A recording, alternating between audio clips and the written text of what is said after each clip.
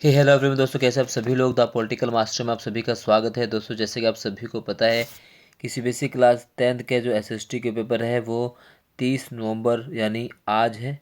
और ये वीडियो दोस्तों मैं आज रात यानी आप कहते हैं सुबह 5 बजे बना रहा हूँ, जो कि आधे घंटे में अपलोड हो जाएगी दोस्तों, क्योंकि बहुत ही मोस्ट इंपॉर्टेंट वीडियो है। तो इस वीडियो को प्लीज़ एंड तक देखिएगा और एग्ज़ाम देने से पहले प्लीज़ इस वीडियो को देख कर जाए, क्योंकि यहाँ से क्वेश्चन आने की पूरी पूरी संभावना है। जैसे दोस्तों आपको अभी तक मैंने जितने भी एमसीक्यूज़ की सीरीज़ डाली क्लास 10th एसएसटी की, वो सभी इंपॉर्टेंट है। अगर आप सभी ने उन सभी सीरीज़ को देखे तो आप गारंटी से कह रहा हूँ आपके बहुत अच्छे नंबर आने वाले हैं। तो प्लीज़ इस वीडियो को भी एंड तक देखिएगा। यदि आप हमारे चैनल पर नए हैं तो चैनल को जरूर सब्सक्राइब कर लीजिए, बेल आइकन को प्रेस कर लीजिए दोस्तों, ताकि हमारे चैनल के द्वारा जो भी वीडियो आप सभी के लिए अपलोड कीजिए उसका नोटिफिकेशन बिना किसी बाधा के आप सभी तक आसानी से पहुंच सके। तो चलिए दोस्तों इस वीडियो को शुरू करते हैं। क्वेश्चन नंबर 1 है कि 1789 यानी 1789 की क्रांति के पश्चात फ्रांस में एक नया झंडा अपनाया गया। इसके बारे में निम्नलिखित में से कौन सा कथन सही है। तो 1789 की क्रांति के पश्चात फ्रांस में नया झंडा अपनाया गया, इसके बारे में कथन कौन सा सही है। ए, एक नया फ्रांसीसी तिरंगा झंडा चुना गया जिससे पहले के राजध्वज की जगह ली। बिल्कुल। नया झंडा केवल हरे रंग का था। नए झंडे में दो रंग लाल और हरे थे। डी, नया झंडा केवल लाल रंग का था जो क्रांति का प्रतीक माना जाता था। तो इसका जो सही विकल्प है दोस्तों वह है ए, यानी एक नया फ्रांसीसी तिरंगा झंडा चुना गया जिसने पहले के राजध्वज की जगह ली। ए सही ऑप्शन इसका। 19वीं सदी के उदारवादियों के बारे में निम्नलिखित में से कौन सा कथन ठीक है। तो 19वीं सदी के जो उदारवादियों के संबंध में जो कथन सही है वह है दोस्तों डी, यानी उदारवादी निजी संपत्ति के स्वामित्व की अनिवार्यता पर बल देते थे। तो उदारवादी से तो एक क्वेश्चन जरूर आएगा। चलिए नेक्स्ट क्वेश्चन दोस्तों देखते हैं। फ्रांसीसी कलाकार फ्रेडरिक सरायू ने 4 चित्रों की एक श्रृंखला निम्नलिखित में से किस वर्ष में बनाई। तो फ्रेडरिक सरायू ने जो श्रृंखला बनाई थी 4 चित्रों की, वो किस वर्ष बनाई थी। वो बनाई दोस्तों 1848 में। जी हाँ, 1848 ईस्वी में। चलिए नेक्स्ट क्वेश्चन।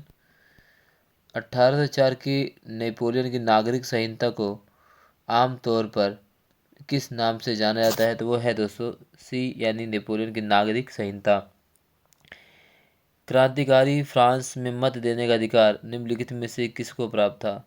तो फ्रांस में मत देने को अधिकार प्राप्त था वह है दोस्तों केवल संपत्तिवान पुरुषों को, यानी क्रांतिकारी फ्रांस में जो मत देने का अधिकार केवल संपत्तिवान पुरुषों को ही प्रदान किया गया था, महिलाओं से दूर रखा गया था। नेक्स्ट, निम्नलिखित फसलों और उनके क्षेत्र जहाँ पर वह होती है का मिलान कीजिए। तो निम्नलिखित फसलों और उनके क्षेत्र जहाँ पर वह होती है उनका मिलान कीजिए। तो चलिए देखते हैं दोस्तों इसका जो सही विकल्प है वो क्या है। तो अगर हम दोस्तों बात करते हैं तो चावल गुजरात, बाजरा तेलंगाना, मक्का है केरल, कॉफ़ी हरियाणा। तो सही मिलान तो दोस्तों वो है ए, यानी ठीक है। तो ए इसका सही मिलान है दोस्तों, ठीक है। तो इस तरह से क्वेश्चन पूछे जा सकते हैं। निम्नलिखित में ठीक जोड़े फसल और उसके क्षेत्र का चयन कीजिए। ए, चावल पंजाब, गेहूँ हरियाणा, बाजरा तमिलनाडु, मक्का और बंगाल। तो इसमें से कौन सा सही जोड़ा है जो फसल और राज्य को सही रूप से निरूपित करता है। तो यह दोस्तों गेहूँ हरियाणा, ठीक है। बाकी मक्का बंगाल में नहीं होता, तो बंगाल में जो चावल होता है। पंजाब में अगर हम बात करें तो यहाँ पर ठीक है गेहूँ की पैदावार ज़्यादा होती है, ठीक है। चलिए प्रश्न नंबर 8। 1992 में ब्राज़ील के शहर रियो डी जेनेरियो में पृथ्वी सम्मेलन में निम्नलिखित में से कौन सा घोषणा पत्र जारी किया गया था। तो 1992 के रियो के जो ब्राज़ील के रियो जेनेरियो उसमें कौन सा घोषणा पत्र जारी किया था। तो वो घोषणा पत्र जारी किया गया था एजेंडा 21। जी हाँ, एजेंडा 21। नेक्स्ट, विश्व में जल का कितना भाग महासागरों में पाया जाता है। तो विश्व में जल का कितना भाग महासागरों में पाया जाता है। तो वो पाया जाता है 96.5% जो है महासागरों में पाया जाता है। एक कृषि वर्ष में एक बार से अधिक बोए गए क्षेत्र को क्या कहा जाता है। एक कृषि वर्ष में एक बार से अधिक बोए गए क्षेत्र में क्या पाया जाता है। वो है शुद्ध निवल बोए गए क्षेत्र। क्या इसे क्या कहते हैं दोस्तों, शुद्ध निवल बोए गए क्षेत्र। क्वेश्चन नंबर 11, वर्ष 1956 में श्रीलंका सरकार ने निम्नलिखित में से कौन सी कार्रवाई नहीं की? तो 1956 में श्रीलंका सरकार ने इनमें से कौन सी कार्रवाई नहीं की? वह श्रीलंका को धर्मनिरपेक्ष राज्य घोषित करना। बाकी सभी कार्रवाई की। तो 1956 में जो श्रीलंका का संविधान बनाया गया था। तो दोस्तों श्रीलंका से क्वेश्चन 1 या 2 क्वेश्चन जरूर पूछे जाएंगे। तो इस जो पूरा कंप्लीट टॉपिक है उसको दोस्तों मैंने करा, इसका लिंक जो डिस्क्रिप्शन में दूँ वहाँ से आप देख सकते हो। बाकी आप हमारे चैनल के क्लास 10 की जो एसएसटी का न्यूज़ सेशन इस प्लेलिस्ट में भी जाकर देख सकते हो, आपको वीडियो मिल जाएगी, आप उसे भी रिवीजन कर सकते हैं दोस्तों। नेक्स्ट, बेल्जियम मॉडल के विषय में कौन सा कथन ठीक है? तो बेल्जियम मॉडल के विषय में कौन सा कथन ठीक है इसमें से? वह दोस्तों, इस मॉडल से मुल्क में गृह युद्ध की आशंकाओं पर विराम लग गया। प्रश्न नंबर 13, श्रीलंका निम्नलिखित में से किस वर्ष स्वतंत्र राष्ट्र बना? तो श्रीलंका 1948 में स्वतंत्र राष्ट्र बना। भारत में निम्नलिखित में से कौन सा विषय संघ सूची में है? तो भारत में निम्नलिखित में से कौन सा विषय संघ सूची में है? वह है दोस्तों प्रतिरक्षा संघ सूची विषय, जबकि पुलिस जो है अगर हम बात करें वो है राज्य सूची के विषय, व्यापार, ठीक है, और कृषि। तो इनमें कौन सा विषय संघ सूची में है? तो वह है दोस्तों प्रतिरक्षा संघ सूची में, ठीक है। चलिए नेक्स्ट, भारतीय संविधान में निम्नलिखित में से कौन सा विषय समवर्ती सूची में है? तो भारतीय संविधान में कौन सा विषय जो है समवर्ती सूची में है? तो वह है दोस्तों शिक्षा, ठीक है। शिक्षा जो है वो समवर्ती सूची विषय है। भारत में संवैधानिक न्यायालयों में अथवा शक्तियों के बंटवारे के संबंध में विवाद होने पर निर्णय निम्नलिखित न्यायालय में होता है। तो किस न्यायालय में होता है दोस्तों? तो वो होता है दोस्तों उच्च और सर्वोच्च न्यायालय में। यहाँ सी इसका सही उत्तर है। निम्नलिखित में कौन सा प्रदेश केंद्र शासित है? तो इसमें कौन सा प्रदेश केंद्र शासित है दोस्तों? वह है चंडीगढ़। भारत में 8 केंद्र शासित प्रदेशों की संख्या है दोस्तों और 28 राज्य हैं। नेक्स्ट, निम्नलिखित में से किस राज्य को धारा 371A के अंतर्गत विशेष राज्य दिया गया है? तो धारा 371 के अंतर्गत विशेष राज्य जिस स्टेट को दिया गया है वह है दोस्तों डी यानी नागालैंड, यानी डी नागालैंड। निम्नलिखित में से कौन सी गति सेवा यानी कौन सी गति सेवा क्षेत्र की नहीं है? तो इनमें से कौन सी जो है सेवा क्षेत्रक नहीं है? वह है दोस्तों घा मत्स्यन। जी हाँ, मत्स्यन जो है सेवा क्षेत्रक नहीं, बाकी तीनों जो है सेवा क्षेत्रक है। औसत आय को निम्नलिखित में से किस दूसरे नाम से पुकारा जाता है? तो औसत आय को किसी दूसरे नाम से पुकारा जाता है वह है दोस्तों प्रति व्यक्ति आय। वर्ष 2014 में भारत में सकल राष्ट्रीय आय अमेरिकी डॉलर में कितनी थी? तो वर्ष 2014 में सकल राष्ट्रीय अमेरिकी डॉलर में भारत में थी 5,663। जी हाँ, 5,663। नेक्स्ट, हम जमीन से जो कच्चा तेल निकालते हैं वह निम्नलिखित में से किस प्रकार का संसाधन है? तो जमीन से जो कच्चा तेल निकाला जाता है वो किस प्रकार का संसाधन है? वह है दोस्तों गैर नवीकरणीय संसाधन। कमल एक किराना दुकान में दैनिक मजदूरी करने वाला एक श्रमिक है। वह सुबह 7:30 बजे से शाम 8 बजे तक काम करता है। उसे अपनी मजदूरी के अतिरिक्त अन्य कोई भत्ता नहीं मिलता है। जिस दिन वह काम नहीं करता है उस दिन की मजदूरी उसे नहीं मिलती है। कमल निम्नलिखित में से किस क्षेत्र में कार्यरत है? तो दोस्तों अगर हम कमल के क्षेत्र की बात करें तो वह दोस्तों असंगठित क्षेत्र में काम करता है। संगठित क्षेत्र के कर्मचारियों को निम्नलिखित में कौन से लाभ प्राप्त होते हैं? तो संगठित क्षेत्र के कर्मचारियों को जो लाभ प्राप्त होते हैं वह है दोस्तों उपयुक्त सबियानी सेवाएं छुट्टी मिलती है, सेवानुदान व चिकित्सा लाभ मिलता है और भविष्य निधि भी मिलती है। नेक्स्ट, नीचे बने चित्र में क्या दर्शाया गया है? तो नीचे देखिए चित्र में जो दर्शाया गया है इसमें से अगर हम देख सकते हैं दोस्तों तो है चिंतकों का क्लब। उपयुक्त चित्र जो 1820 के आसपास बनाया गया एक अनाम व्यंग चित्र है, ठीक है, यानी ए इसका सही उत्तर है। 1830 के दशक यूरोप में भारी कठिनाई लेकर आया। इस संदर्भ में निम्नलिखित में कौन से विकल्प सही हैं? तो 1800 दशक जो है 1830 दशक जो यूरोप में भारी कठिनाई लेकर आया, इस संदर्भ में जो कौन सा विकल्प सही है माफ कीजिएगा, तो दोस्तों उसका जो सही जो विकल्प सही वो है दोस्तों 1 और 3, यानी यूरोप की जनसंख्या में ज़बरदस्त वृद्धि हुई और नौकरी ढूंढने वालों की संख्या उपलब्ध रोजगार से अधिक थी, यानी बी इसका सही उत्तर है। नेक्स्ट, नेपोलियन ने जर्मन भाषी इलाकों में निम्नलिखित में से कितने राज्यों का महासंघ बनाया? तो नेपोलियन जर्मन भाषी इलाकों में कितने राज्यों का महासंघ बनाया? तो वह दोस्तों 39 राज्यों का महासंघ बनाया था नेपोलियन द्वारा। नेक्स्ट, फ्रैंकफर्ट संसद के बारे में निम्नलिखित में से कौन सा कथन सही है? तो फ्रैंकफर्ट संसद के बारे में जो कथन सही है वह दोस्तों 18 मई 1848 को फ्रैंकफर्ट संसद का निर्वाचित प्रतिनिधियों ने जुलूस में जाकर फ्रैंकफर्ट संसद अपना स्थान ग्रहण किया, बिल्कुल कथन सही है।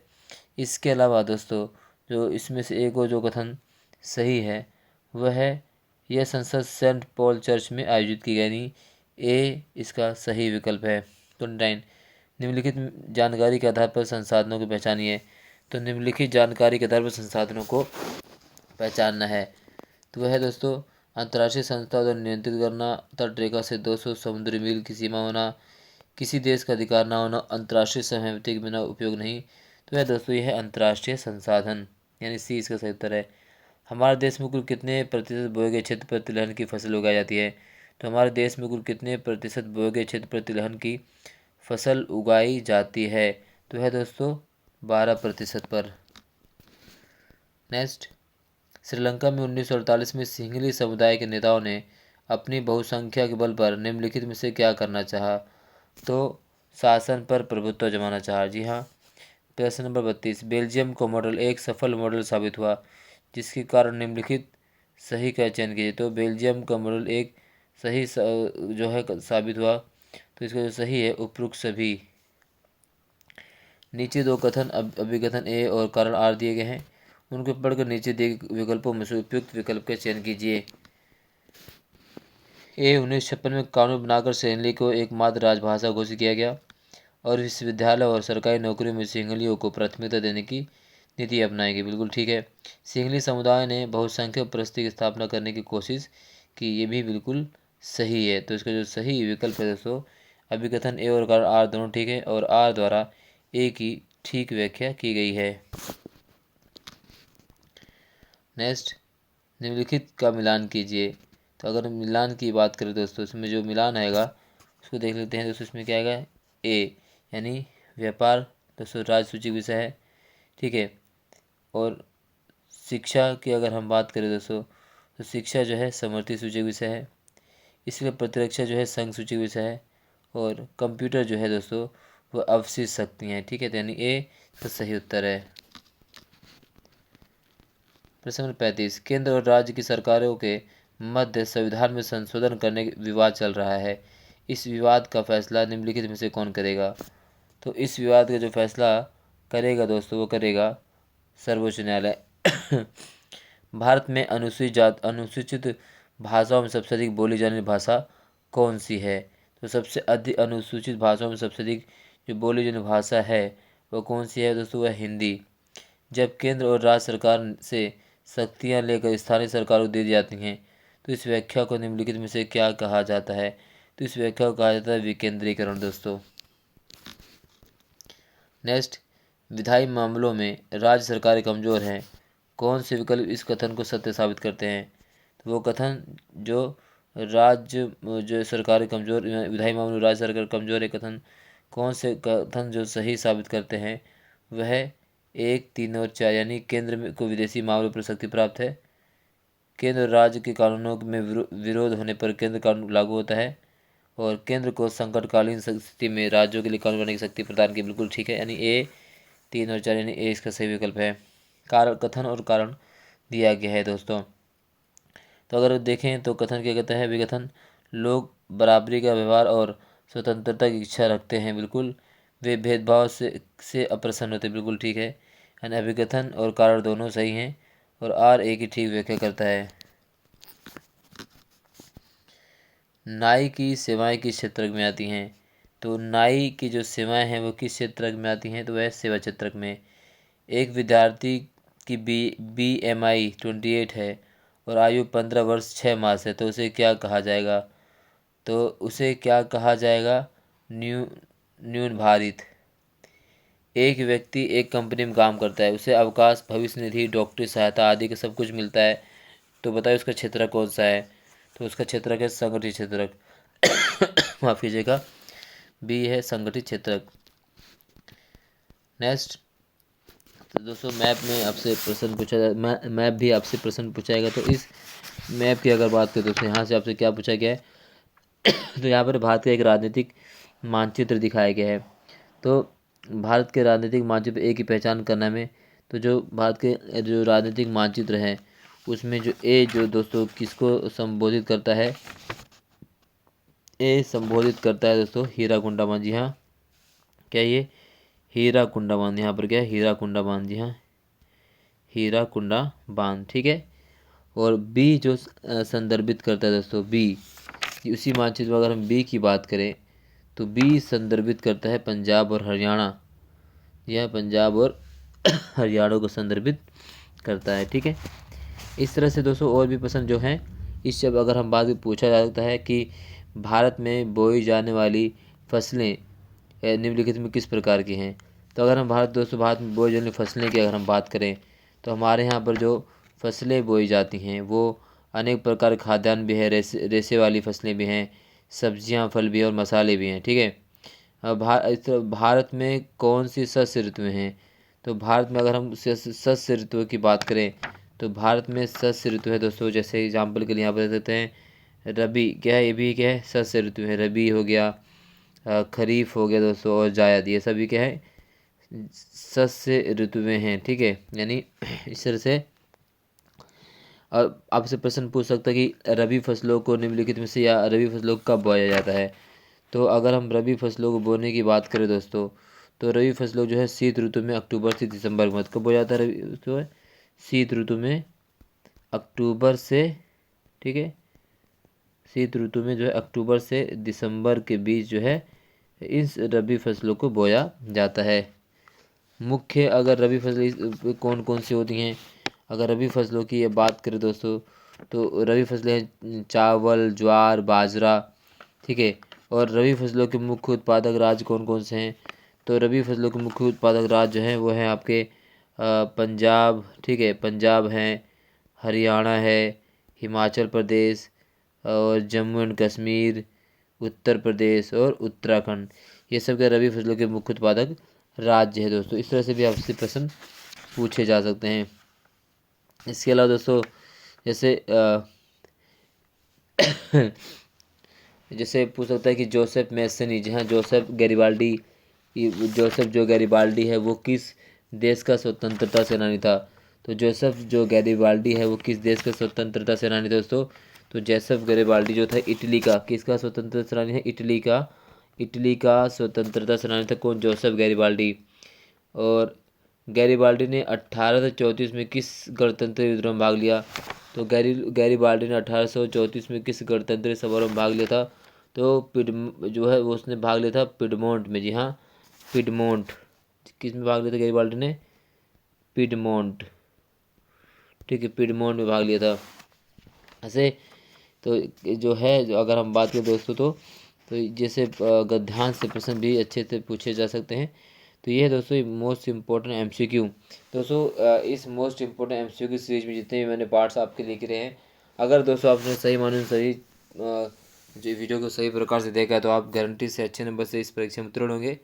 आज के लिए बस इतना ही दोस्तों, सुबह के 5 बज चुके हैं और आप सभी का आज पेपर, तो इस वीडियो जरूर देख के जाइए। अगर वीडियो आपको अच्छी लगी तो लाइक कर दीजिएगा और कमेंट बॉक्स में दोस्तों अगर कोई भी क्वेश्चन पूछना पूछ सकते हैं। और इसके अलावा दोस्तों एसएसटी का जो आज का जो बोर्ड का पेपर है, सबसे पहले द पॉलिटिकल मास्टरपीस का सॉल्यूशन किया जाएगा। तो प्लीज़ अगर आप चैनल पर नए, चैनल जरूर सब्सक्राइब कर लीजिए और बेल आइकन को प्रेस कर लीजिएगा ताकि सभी इन्फॉर्मेशन आपको बिना किसी बाधा के मिलती रहे। बहुत बहुत धन्यवाद दोस्तों, जय हिंद।